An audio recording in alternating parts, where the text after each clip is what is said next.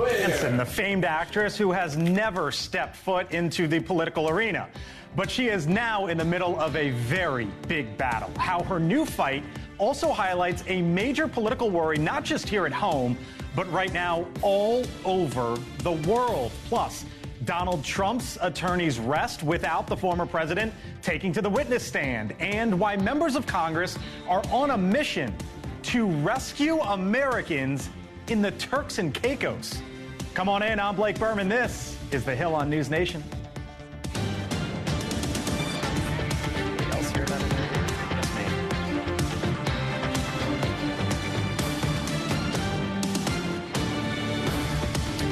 All right, here we go. Hanging out with us today, T.W. Origi, the former communications aide to the Republican Senator Lindsey Graham. Kirk Bardella, Democratic strategist, NewsNation contributor as well. Amisha Cross, former Obama campaign advisor, Democratic strategist. And Mick Mulvaney, former Trump White House chief of staff, NewsNation contributor as well. Hello to you all. Nice to have you all in. Happy Tuesday. We got a big show coming up. Congresswoman Laurel Lee is going to be joining us here in a moment. Congressman Josh Burkeen, that story in the Turks and Caicos, I think it's wild. It's absolutely remarkable what's going on down there. Brian Enton going to be joining us, Tracy Walder, former FBI, CIA as well. But first, a warning tonight about what likely is the new frontier in our election. And of all people, it's illustrated by Scarlett Johansson. Yes, her. She is now fighting back against the artificial intelligence pioneer OpenAI. The famed actress and others believe her voice is at the heart of OpenAI's new technology. Hey there, it's going great. How about you? I see you're rocking an OpenAI hoodie. Nice choice. What's up with that ceiling, though? All right, so the problem is that Johansson says OpenAI went forward with using her voice even after she told the company's leader she didn't want to be the central figure. Now, it comes as the Department of Homeland Security is now warning, according to ABC News, of threats to the election posed by artificial intelligence. And we are not alone, by the way, here in the U.S. Look at these headlines here. Australia, for example, India as well. Similar headlines within the recent days about how AI and deepfakes are changing elections. Mick, I thought today about there was that Hello World with Tiger Woods, right? When he burst out onto the scene, Hello World. Is this Hello Elections with AI and deep fakes right now? I mean, if they could do that with Scarlett Johansson. I mean, as a Georgetown grad, I'd never thought Allen Iverson would play such an important role. It's a different AI, Nick. A different AI? Yeah. Look, it frightens me to death. I know it frightens all of us to death.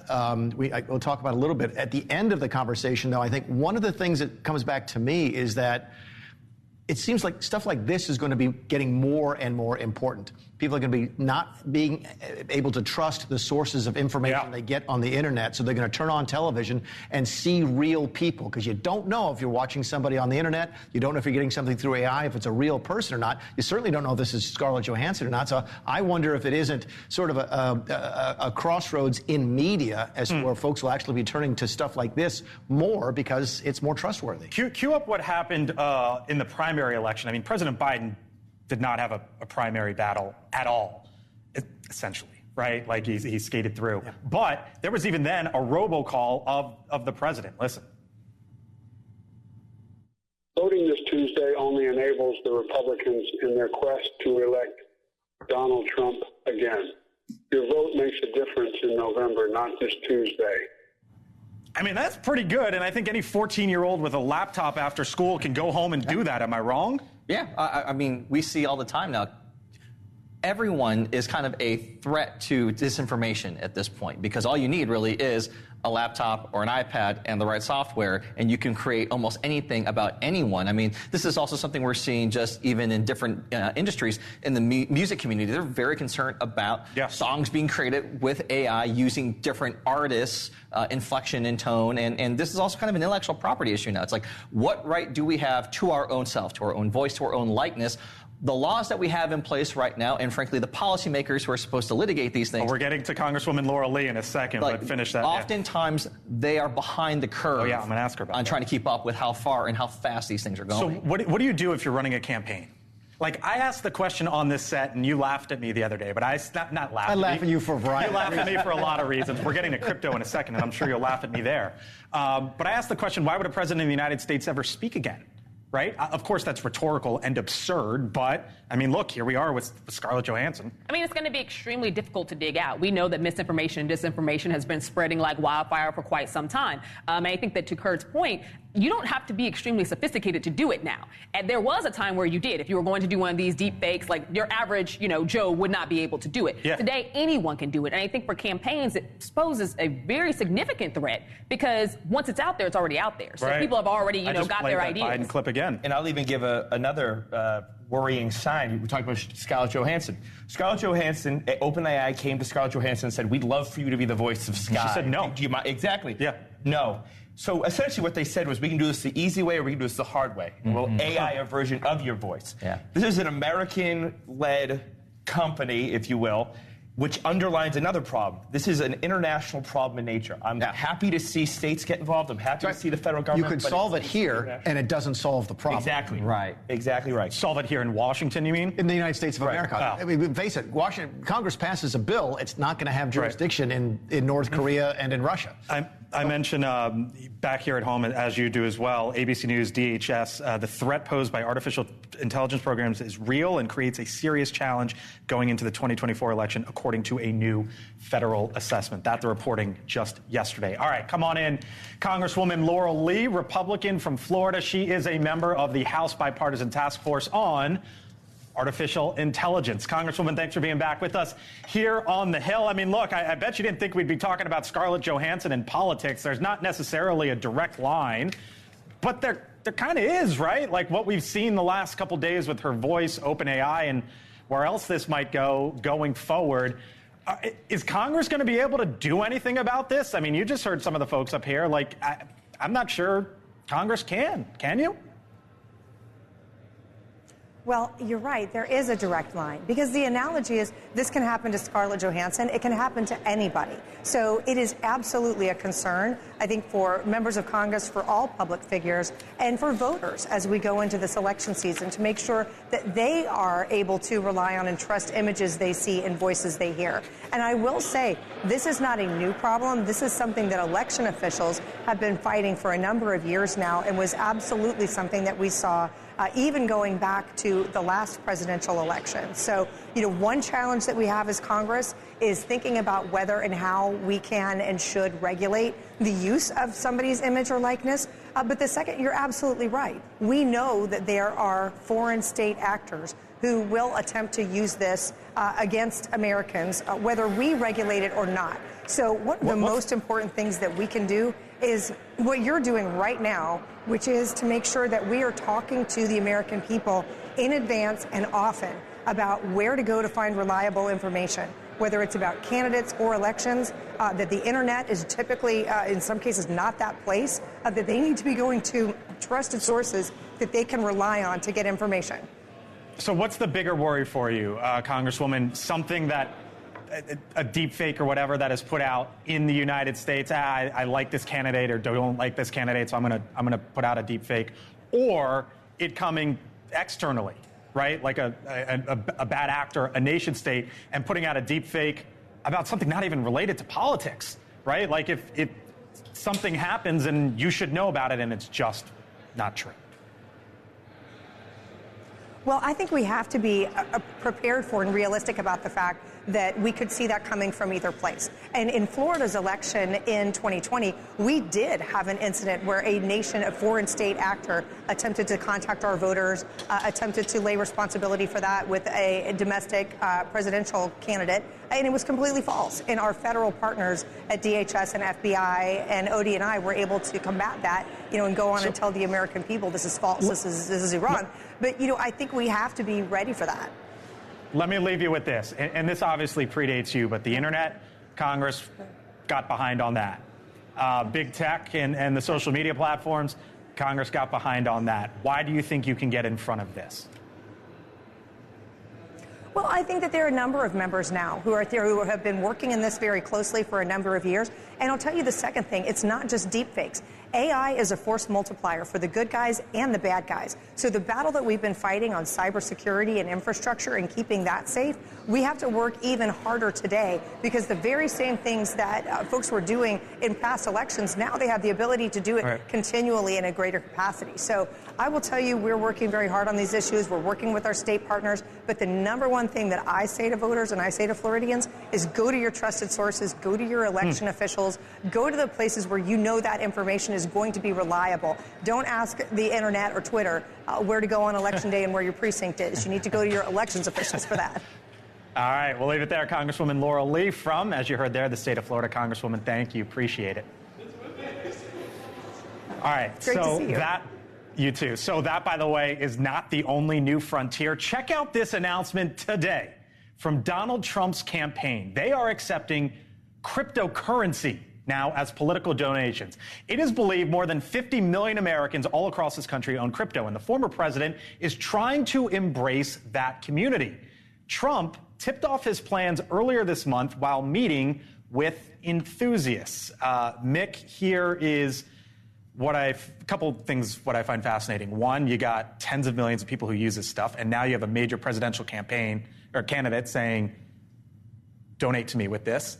And then two, he's trying to tie this to Elizabeth Warren, which is one of his favorite political punching bags. I actually love this move, okay? It's not going to generate that much money, and I don't think it's going to move that many voters, but there's a very small, very interested subgroup of this population of this country that is passionate too. Absolutely, okay? Yeah. And this is one of the places where Donald Trump can speak to the younger electorate, because that group skews younger in a way that Biden can't. Biden would love to do this, but he can't, because he can't cross Elizabeth Warren and the progressive wing of the party who's against Bitcoin and other types of cryptocurrencies. So it's really an opportunity for Trump to reach out to somebody and say, look, I know you're sort of inclined to vote for Biden. You're in that sort of demographic group, but hey, I'm here, and look what he's doing on crypto, and he can't, and Biden won't be able to change. I think it's brilliant. Exactly, and as somebody who works in digital fundraising and digital advertising, we have clients coming to us every day asking to accept cryptocurrency. We can embrace it, or we can't. To Elizabeth Warren, she is enemy number one to the crypto community. Yeah, so she's enemy number one, and Trump came out today and basically said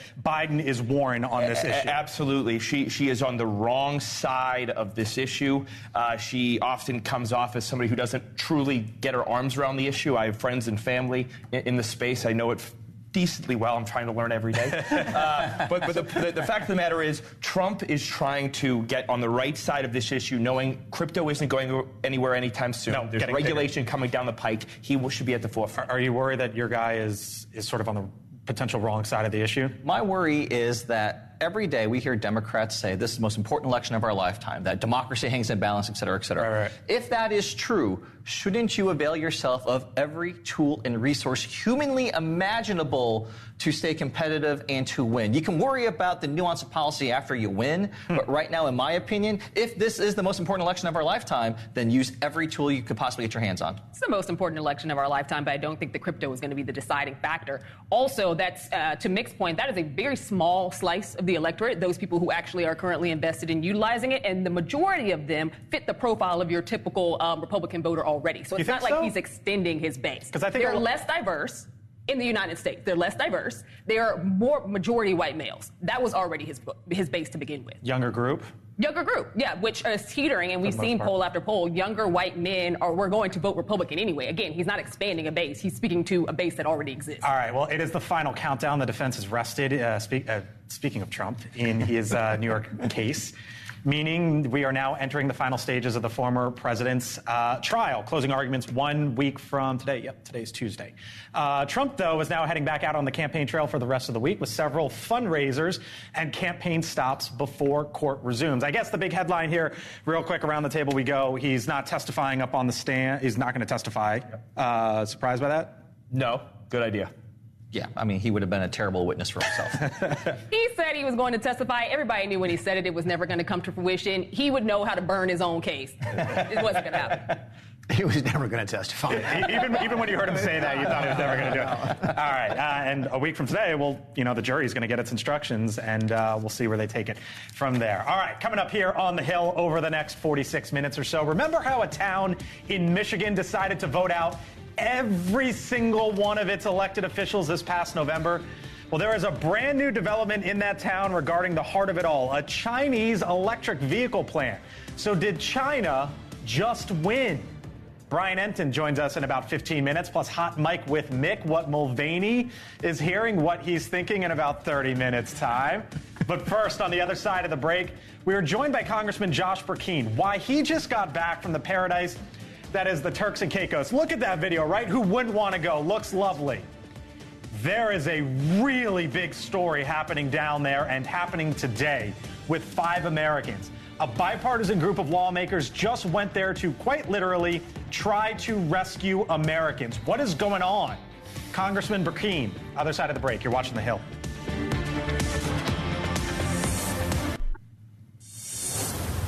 All right, welcome back here to The Hill on News Nation. So Turks and Caicos, set of islands in the Caribbean, that seems like paradise, right? Right now, though, it is a living nightmare for 5 Americans. The tourists have been taken into custody across the recent months after they were allegedly found with ammunition inside their luggage. One of those Americans, 31-year-old Tyler Wenrick of Virginia, pled guilty today and could face up to 12 years in prison. A bipartisan group of U.S. lawmakers is back in the United States tonight after pushing government officials there for the release of these Americans. Congressman Josh Burkeen from Oklahoma was a part of that bipartisan delegation who traveled to the Caribbean and joins us live. Congressman, nice to see you again. Thanks for being back with us here on the Hill. So these Americans had ammunition. It was seemingly a mistake, and now they're facing potentially years, a decade plus, maybe even. Behind bars. This was bipartisan. House, Senate, Democrat, Republican. Can you explain what officials there are telling you, and do you think this is going to resolve itself? Good. Yeah, so number one, grateful to Senator Mark Wayne Mullen about 2 weeks ago. I knew that he was leaning in pretty heavily on this. And just in the pathway of diplomacy and the predominance of a U.S. Senate position, I reached out to him as a member of Oklahoma's delegation, number one, thanking him for leaning in and said, what can we do? What can I do to be an assistant on this? And he said, we're going to take a trip. You have any interest? And so that's where this developed. Then John Fetterman from Pennsylvania, Democrat, Bob Good, Virginia, also Michael Cloud from Texas, Guy Rushenthaler, Pennsylvania. And so we went down and had dinner. We got down, it was a day-and-a-half trip. We had dinner with the family and State Department, hearing their stories. ABC is reporting on Sharita Greer's story. I highly encourage everyone to hear what Sharita Greer is saying. But, with Tyler's case, this isn't someone who could have even found these few number of rounds. Tyler, when he got back on the ship that had ported at Grand Turks, what he was able to discover along with everybody else is that he had 2 bullets that had somehow found their way through the seams of the sewing stitching, and on a previous hunting trip had slipped down inside. Unless Tyler has an x-ray machine at home, he would have never known this. This young man is not of high means. Yeah, no, and clearly, I mean, that went through, security screenings that didn't catch something like that. You mentioned Tyler. Here was Ryan Watson, who is from your state of Oklahoma, speaking to Chris Cuomo earlier this month. I'll get your reaction on the other side.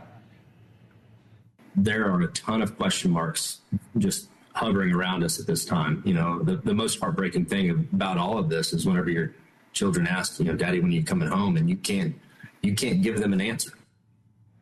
So you can see they're not in jail. They're essentially kind of like under house arrest there. I wonder, Congressman, what are the authorities there telling you? And do you think it's safe for Americans to go there?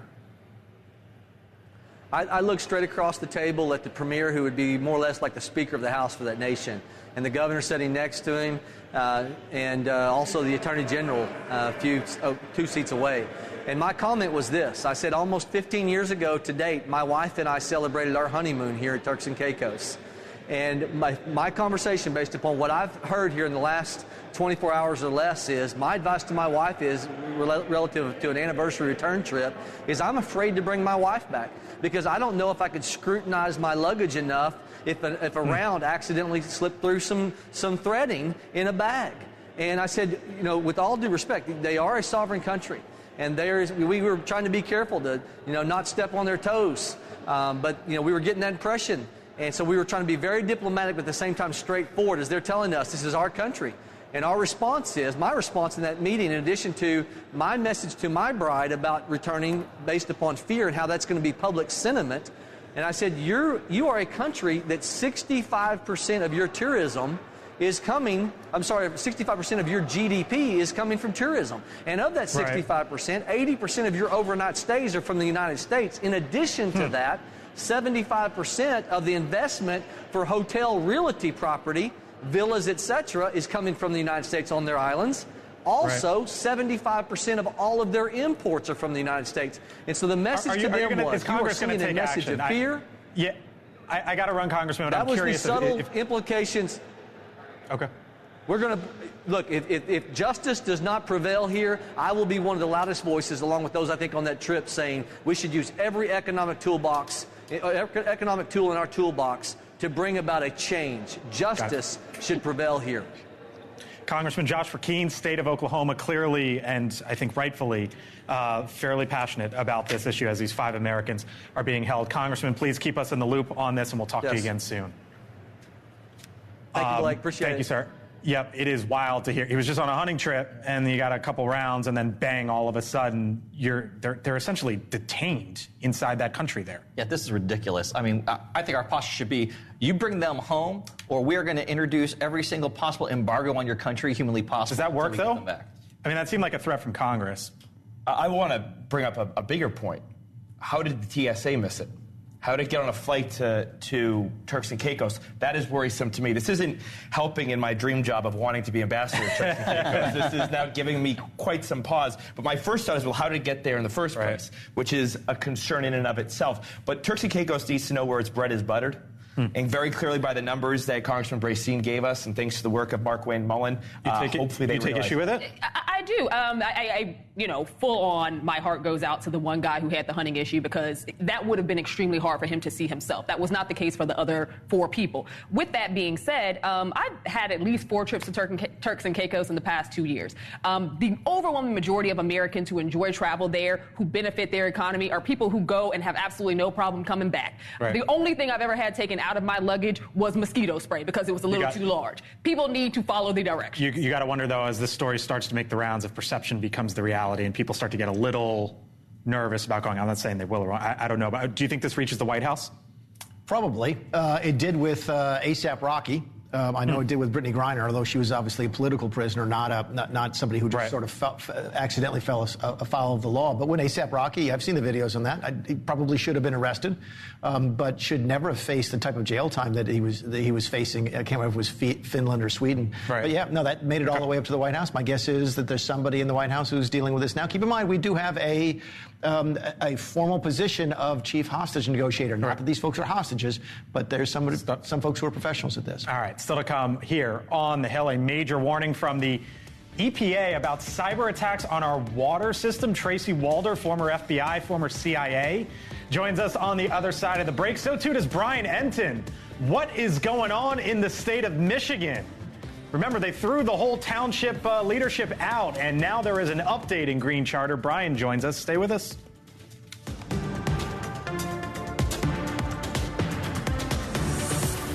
All right, welcome back here to the Hill on NewsNation. It was perhaps one of the most remarkable stories on election night this past November.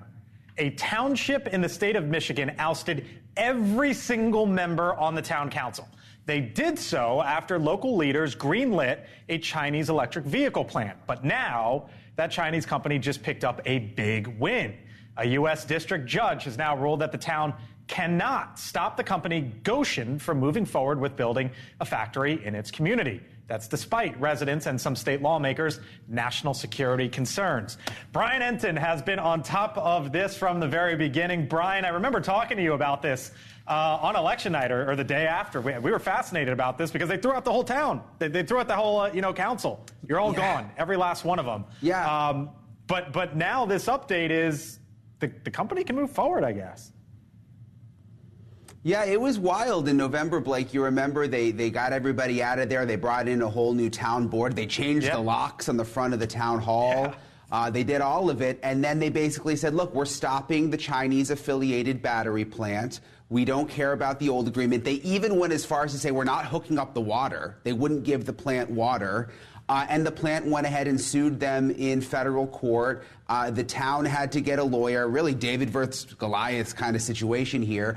And now the judge has made a ruling that the plant can proceed for now, and that's an important distinction, for now, while the legal process happens. So they have to honor that original agreement while they continue to battle this out in court. And I'll tell you, I've been talking to people in the town all day. I mean, they continue to battle. I mean, they say this is far from over at this point.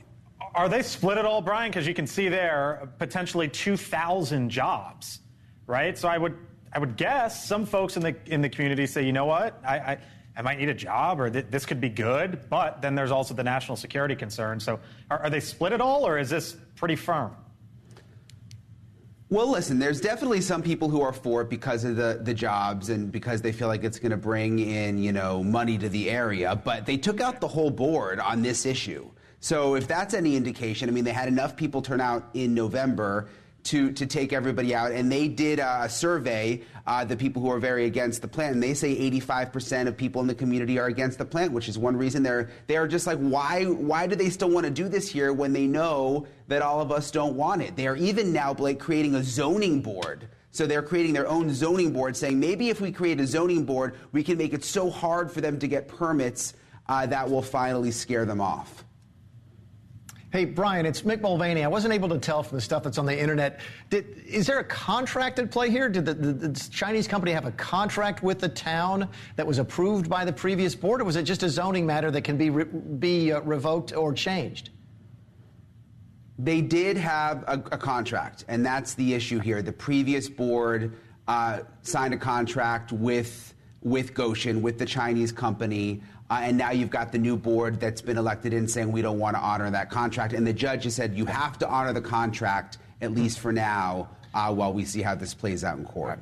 That makes sense to me, because what's happening here is if there's a political decision that changes from one legislature to the next over the course of an election, political decisions can be reversed. We do it all the time in this town, right? You do it on things like policy. Right. If it's a legally binding contract between the town and the Chinese company, you can't go in and say, oh, by the way, we had an election. Right. We're not living up to the contracts that we signed with you. You could throw out all the lawmakers. Throw out all the members of the town council, but you can't change the contract. That's exactly Brian Enton, thank you so much. I know you'll stay on it. We'll talk to you again soon. Thanks, bud. Thanks. All right, perhaps now another threat, this one, no matter where you might live. The Environmental Protection Agency is warning that cyber attacks against water utilities across the country are becoming more frequent and more severe. Now, the agency says that over the last year, quote, 70% of utilities inspected by federal officials violated standards meant to prevent breaches or other intrusions. Come on in, Tracy Walder, NewsNation national security contributor, former CIA officer, former FBI special agent, possibly the best title of anyone I know. She's got them both. Tracy, thank you so much. Appreciate it. What do you mean the water facilities are at play here? I mean, I think most people would see that and say, really? How vulnerable are we?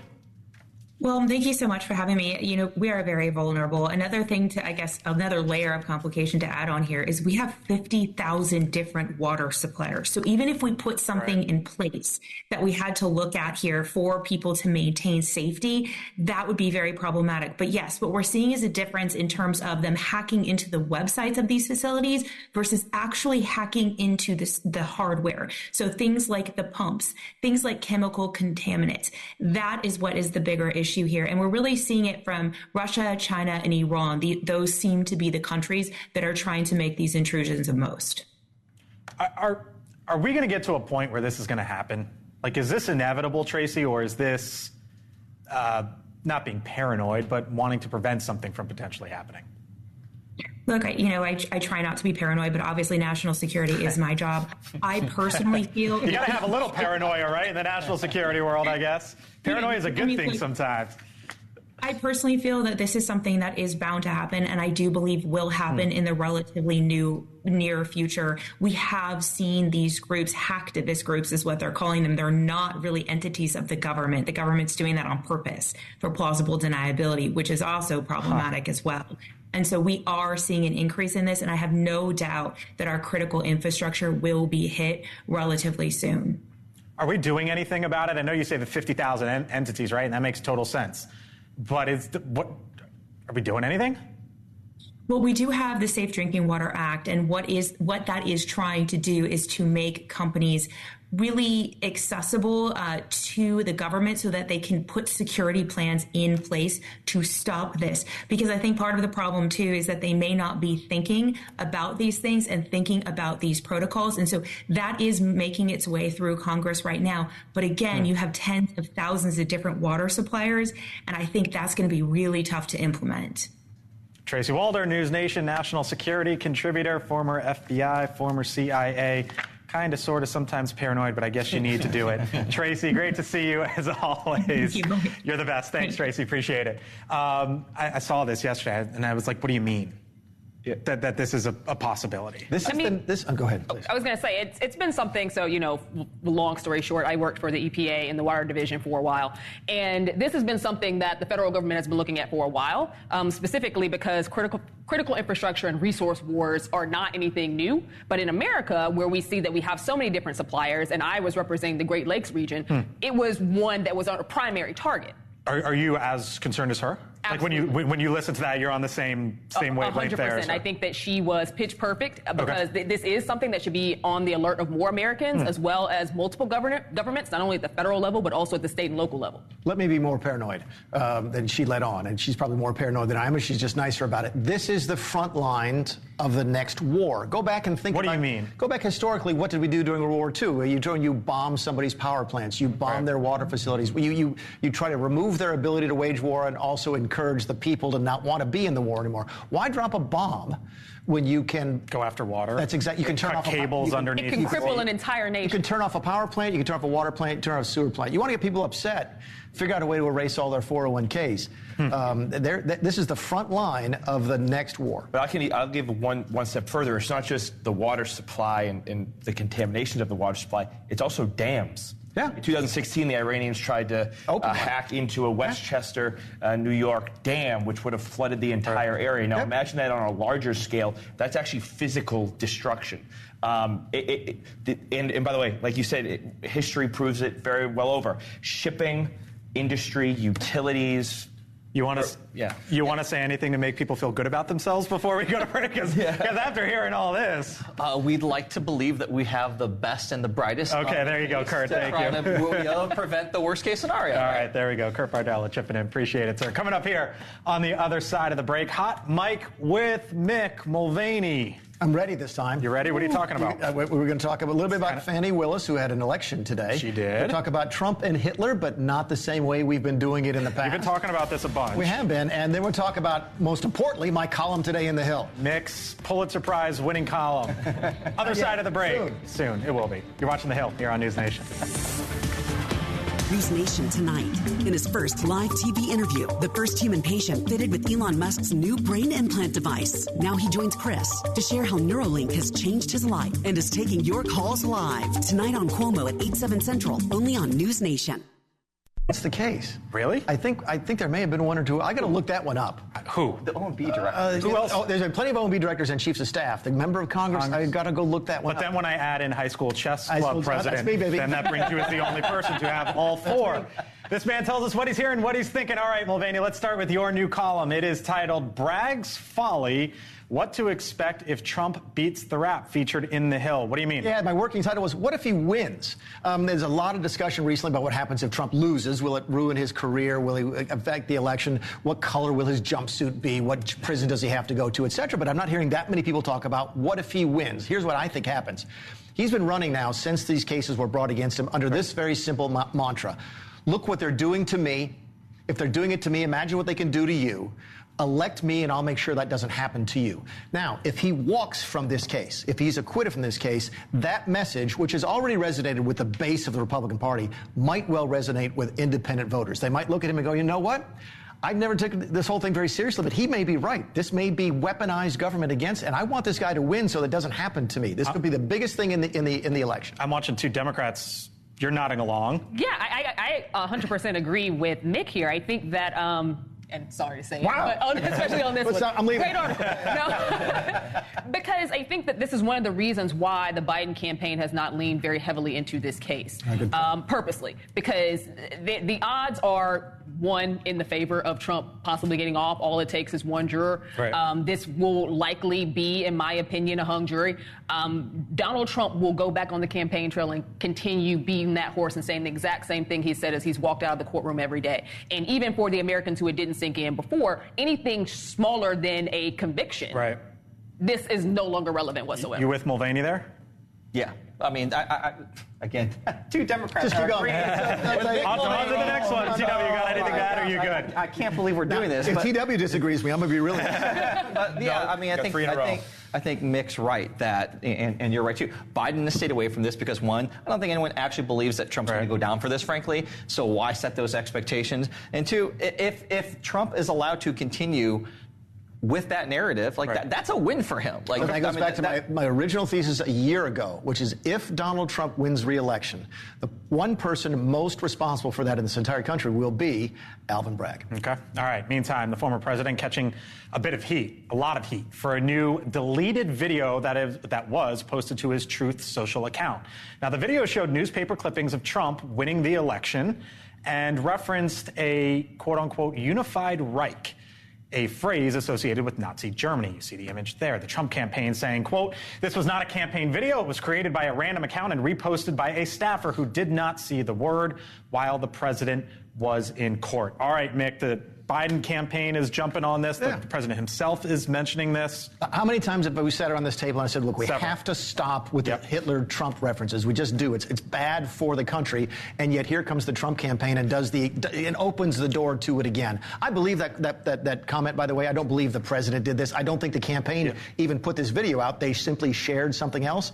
That's no excuse. Either the person who's responsible for this didn't catch it, in which case they could be fired, or doesn't know what unified Reich refers to, in which case they should really be fired. But every time we sit here and talk about Trump, to lowering the temperature in the civil discourse in this country, the campaign comes and does something stupid like this that allows this sort of conversation. So here's what the Biden campaigns they jumped all over. Yeah, they jumped all over it. You can put the statement up. It's a pattern of his praise for dictators and echoing anti-Semitic tropes.